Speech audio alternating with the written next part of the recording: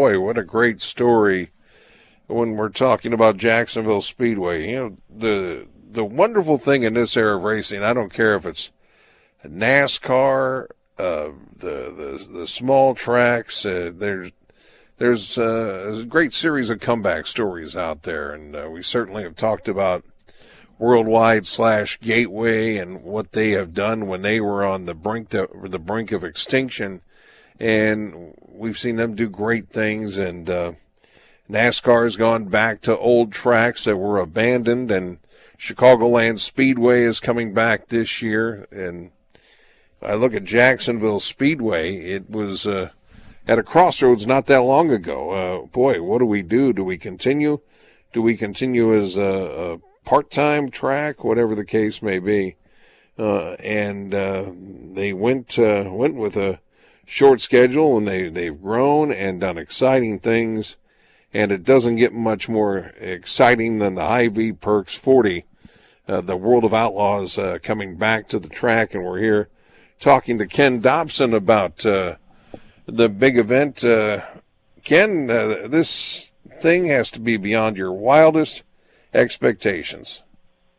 Yeah, it's something that we started probably in 2012, I think was our first one, and it was way too big of an event in theory for, little Jacksonville, and we kind of pulled that off. And the first World of Outlaw winner here was Christopher Bell, who's now a mainstream NASCAR star. And that was pretty cool. And then it took a few years for them to give us another one. And usually they were fitting us in every 3 years in the middle of the week. And, then about 3 years ago, we pulled off what was the World of Outlaw Race of the Year on a Friday night. And I don't have to beg anymore. They I think we're a firm part of the Outlaw schedule up here in Jacksonville now, and it's a really neat event, and really our signature event of the year without a doubt, to have the biggest dirt racing series in America. Even they take a little pride in coming to Jacksonville now, and the fans love it, and it's just a great way to kick off the season. I always hear the Daytona 500 is the Super Bowl of NASCAR and all of that, but it's just got to be neat to start off your season with that kind of energy and that kind of buzz.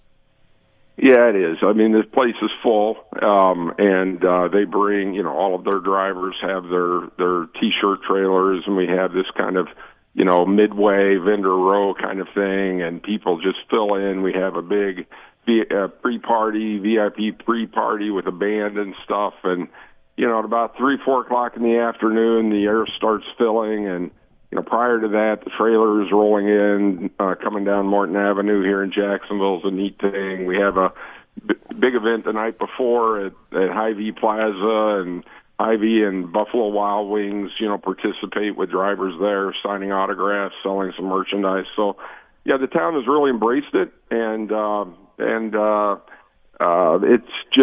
it's pretty neat. Well, I know you mentioned Christopher Bell. That it's always exciting to look back and realize, oh gosh, I saw that guy who's on the big network broadcast, and I can think of down there in Highland Speedway, Tyler Reddick ran down there when he was based out of Du Quoin. You just never know who's out there on the racetrack. An unknown today, it's awful, not so unknown tomorrow. It's awful neat. Yeah, Tyler raced here, when he was younger too. Last year's World Outlaw champion here was Kyle Larson, NASCAR champion. And it was just a night where Kyle could get away and run the Outlaw Series, and he showed up. And the year before he was here and put on a show and didn't quite win. And last year, we've had two major NASCAR winners of this event, and it was pretty neat to see Kyle win it last year. That had to be beyond your I already mentioned beyond your wildest expectations, but back to back, it wasn't really just the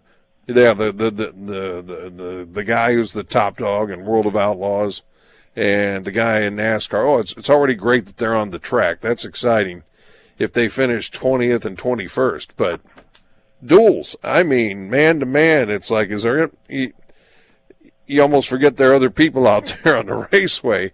It was just like high noon in a Western. It was something special, and I mean, fantastic finishes the whole bit.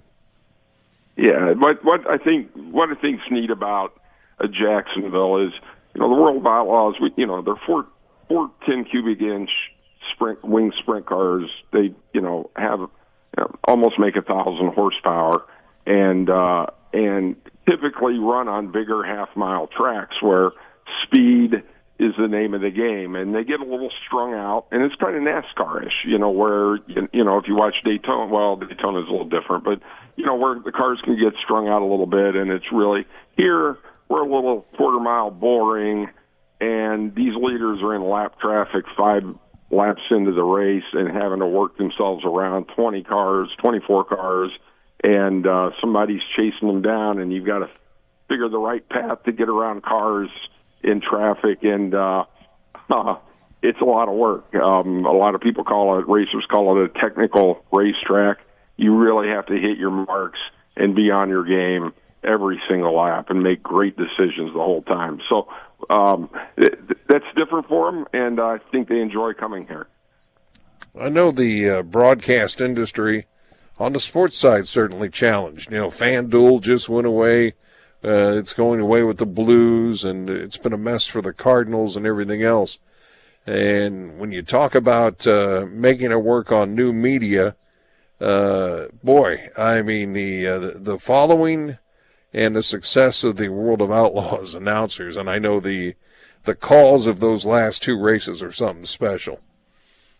Yeah, so, racing, particularly dirt racing, is one of a niche area where pay-per-view broadcasting and subscriptions has really taken off over the last 5 or 6 years, and there's 2 networks, if you will, that broadcast, races in the World of Outlaws, or on Dirt Vision, one of them, and it's really gotten a lot of publicity. I mean, there's tens of thousands of people watching these events.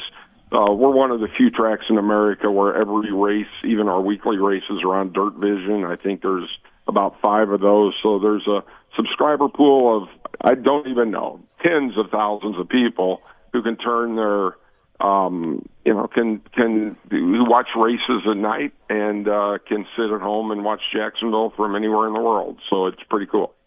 Well, it just seems like people have gravitated toward tracks like yours on the World of Outlaws series because some of the moves by NASCAR and some of the soap opera activity over there has really kind of gotten people to think local. And have you seen that wave? Or I know they've tried to fix things as far as ratings and everything else, but it just seems like people, the racing fans, really have circled the wagons around the local tracks.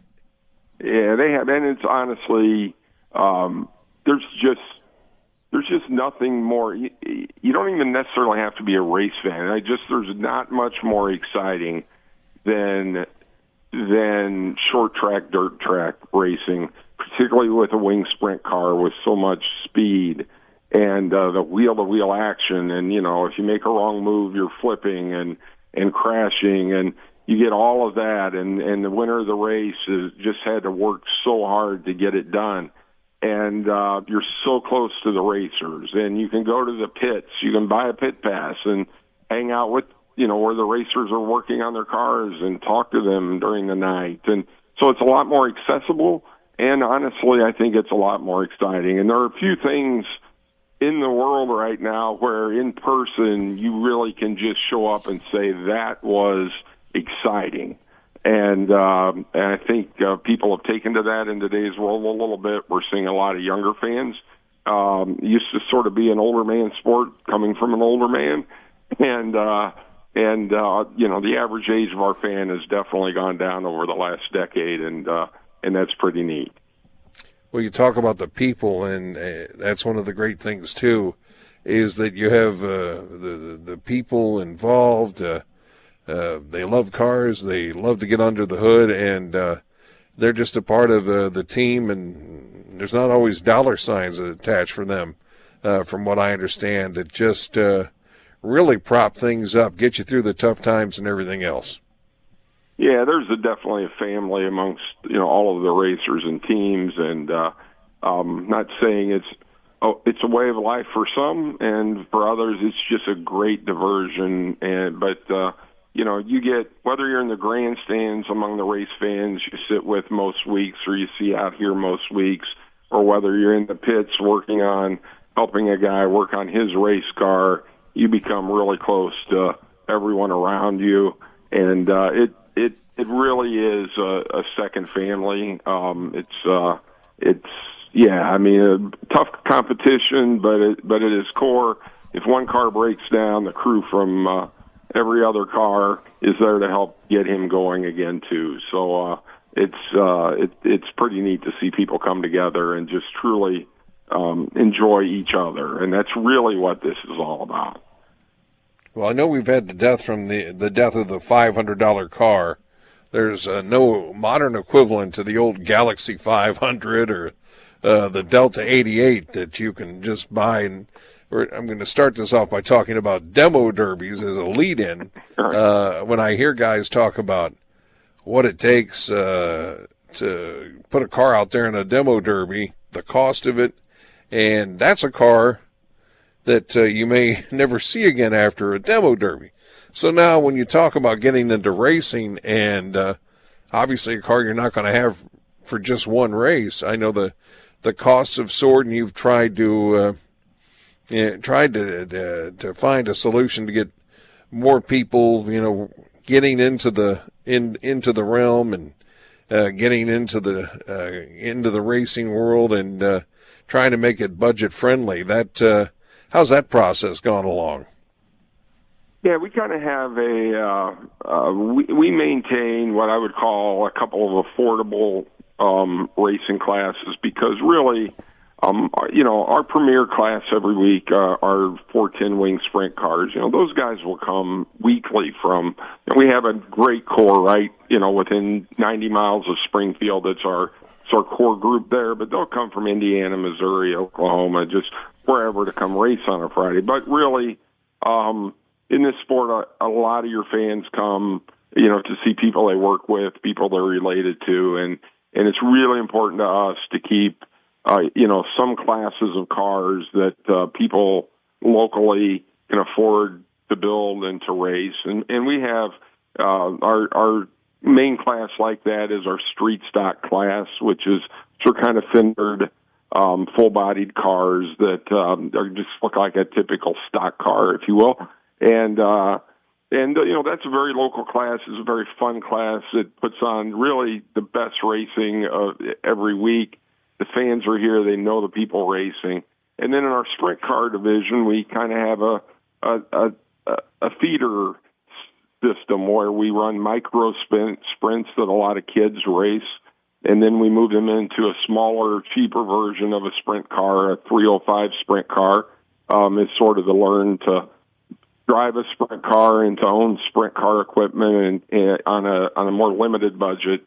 And then, once you've succeeded and learned the ropes there, then we have the 410 sprint car, which is more of a national caliber car and what our premier class is here each week. So we try to, and we've seen a lot of kids, who are now not kids, start in the micro division and over the course of a decade work themselves up to being great racers in our premier series. We talk about sometimes the select teamization of sports in America, and sometimes a kid's just not going to be discovered because of because they don't have the money, or they're not in the right program or the right traveling team. And boy, that's a great equalizer. And I can imagine if you go out in that series, you didn't have a lot of money, but you're able to get out there and people see something, talent gets discovered. Yeah, no doubt about it. So our race next Friday, the World of Outlaw race, anyone with the sprint car can enter that. It's not just the Outlaw guys. So our local guys, and that's what it's so neat about it, our local guys that race here every week, will be here. They know this racetrack. They're some of them very capable drivers with really good equipment. And, if you can drive the race car, you can beat the best in the world here next Friday night. And, if you were a young guy trying to get discovered, you don't have to go, spend fortunes on getting discovered. You just go win some races, and you're going to get discovered. And what's neat is some of those guys I mentioned previously, a Kyle Larson, a Christopher Bell, they were here racing, 15 years ago probably. And when they were just getting started and learning, and to watch them, and they didn't do it because they bought a lot of rides or whatever. They did it because they could drive a race car, and their talent was noticed. So, what kind of distance are you seeing fans come from? Has that grown? I can imagine there's just been incredible buzz from the past 2 years. I mean, nationwide buzz. Typically, we'll have some groups come in that kind of come to America for a few weeks out of Australia or something to catch a few weeks worth of racing. But in America, I know I've sold tickets to this event to Pennsylvania, quite a few to Pennsylvania, Ohio, definitely Oklahoma, Texas. And those are people, North Dakota, South Dakota. Those are people, Iowa. Those people just come in for this race. Maybe they're catching the race in Indiana the night after ours, making a weekend of it. But, it's not just, our primary fan is a fan that lives within 30 miles of the racetrack. But for this event, they come from everywhere. We'll have campers all over the grounds. And, it's kind of neat. Well, I know the longtime promoters, there were questions about the future here a number of years ago, and it's just got to be gratifying to see it there because, boy, we look at the raceways that were run out by the neighbors who moved in after the Speedway was there for 10, 20, 30, 40, 50 years. I can think of Springfield, and I think that raceway would still stand the test of time, and meanwhile, everything that was built in its place and forced it out, well, Kmart's gone. The restaurant, some of the restaurants are gone, and it's just great to see it still going strong. And I can imagine, you talk about those even on a typical race night, but especially this night coming up on Friday. You're just an incredible economic mover. Yeah, it is. Our hotels will be sold out. Our businesses, people getting fuel, food, whatever. It's good for the city, and that's something that, when we took the place over 10, 15 years ago, don't even know now. The racetrack wasn't something that the town really got behind. There was a lot of talk of noise, like you mentioned, and keeping people up and all of that. And we really spent the first few years just working to get the racetrack to be a part of the community, be an accepted part and valued part of the community. And there's no doubt that tide has changed. Jacksonville really, within a certain world, the racing world, Jacksonville is known for its racetrack. Even the citizens that I used to have complained about noise see all of the trailers and people are here for these races. And we have so much support from the city and the people that live around us. I haven't had a complaint about noise in probably 5 years. Everybody seems to be on board and very supportive of what we do here, and that makes it a lot easier. Well, I know the word of mouth in the business community took off because all of a sudden they went from, it's nice they bring people to town, to all of a sudden getting actively involved in the Hyvee Perks 40 with the cars on display at businesses and meet and greets with the drivers. That's been pretty neat. That had to be gratifying to see everybody hop on the bandwagon.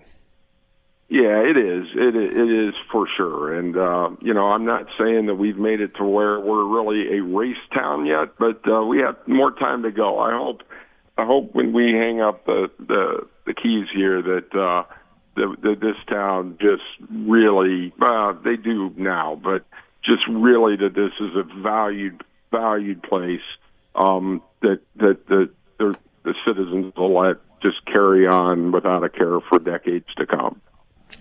Well, I know the big event coming up on Friday, the last I heard, tickets are getting pretty scarce. Yeah, the way we do this, because most racetracks that host this have 3,000 to 5,000 seats, and they're, a lot of times around a metropolitan area. We're just little Jacksonville off of I-72 with the old fairgrounds grandstand that seats, it seats 2,000, but the way the aisles are laid out, if you get more than 1,500 people in here, you're climbing all over people to get to your seats. So the way we do this, that it's basically, it's no secret, it's a $100,000 event. What we do here is we sell a VIP ticket, and we sell 500 of those, and that gets you a party, pit access, a reserve seat, and some stuff like that. And our core fans have we couldn't do it without that ticket. And our core fans gobble those up. We're sold out of VIP tickets. And then the remainder, we sell 1,000 general admission tickets to the grandstand.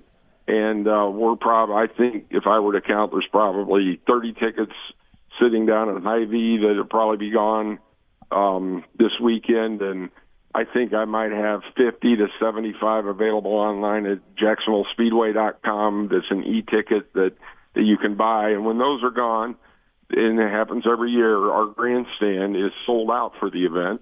But we don't pre-sell our pit ticket, which is actually, for a lot, a really neat experience. You just walk up, you buy a ticket. We have grandstands on the pit side. You get to walk around the cars and the drivers all night, sit in the pit grandstand, and we don't sell those in advance. That's our, when somebody just shows up wanting to watch the race, that's the ticket they can have.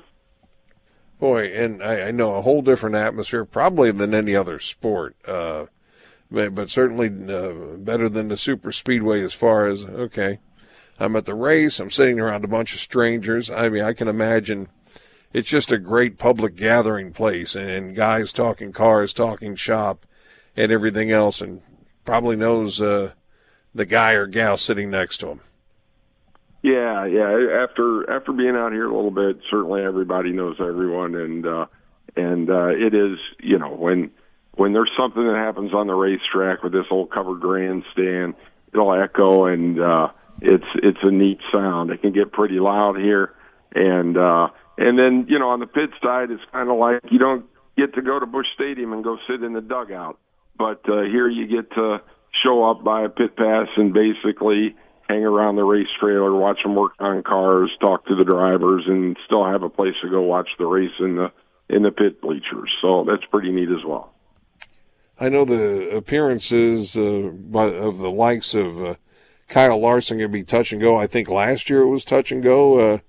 At this point, do you have any clarity on some of the big names from other realms of racing who might appear? Kyle's scheduled a race in Kansas Friday, but 2 years ago he was scheduled a race in Kansas, and it rained, and they all made it over here. I have no idea. The World of Outlaw roster is a very talented bunch with great names, and we don't spend a lot of time worrying about who comes, because we know in the 7 times or so that we've done this, that it always turns out to be a great show with a great winner and a story that you couldn't have predicted. And so we kind of just open the doors and let what happens. And so far we've been pretty lucky at being able to look back on those and say that was pretty neat. And I would hope that that's the same case this next week. Yeah, I know World of Outlaws, and I know it's been huge forever, and when I hear people talk about David Gravel, it seems like it's almost in the same breath as Kinzer used to be. And I know Kinzer, larger-than-life kind of guy, and it seems like Gravel's filling those shoes. Yeah, he's extremely talented and winning a lot of races. He can drive a race car for sure. And what's kind of neat here is we're kind of sitting in an area where the first couple of times we had this race, we had Steve Kinzer here as kind of closing out the end of his career, and so we can say Steve Kinzer raced this event. And then in the middle, it was all Donnie Schatz was the great champion for about a decade in there, and Donnie raced here a lot of times, has never won here, and it'd be neat if he could pull off a win here. And then in the last couple of years, things have kind of transitioned to David Gravel being and that's kind of the way it goes, it seems, with the World of Outlaws. There's usually one or two dominant guys, but they don't win every night. And when somebody can knock them off their throne, that makes it pretty exciting. Well, I know I'll wrap up and let you go because I know you have a lot going on. But the neat thing about the Gravel story, he isn't one of those. He hopped in the car at 5 and just dominated, and I'm sure he probably did at 5 if there was a series for that. But he had some bumps in the road before he became who he is today. I mean, I know he flirted with the truck series and just didn't have any standout numbers, and then at some point just put it all together. Yeah, he did, and he won here a couple of years ago, and I'm not saying it, but he had won many times before that. Don't get me wrong, but we're always early in the year, and it just was the start of an incredible year for him. And kind of, started here a little bit, got a win here. Great guy, very supportive of the place. I recall that they rolled into town, he and his wife, and did some stuff at the animal shelter, and it was pretty neat. Donated some stuff there, and went out and won the race as well. So that was pretty cool. All right, Ken Dobson, anything else we need to know? No, next Friday night tickets are still available for the grandstand, probably through the end of the weekend at JacksonvilleSpeedway.com. If you don't have a ticket or you decide to come too late, come anyway. You just go to the pit entrance, and it's the same price as the grandstand would be, and it's $50 for an adult, and just a walk in and have one of the best times you're going to have all year. All right, Ken, thank you so much. We appreciate it. All right, thank you. All right, we'll take a break and more Sports Saturday on the way.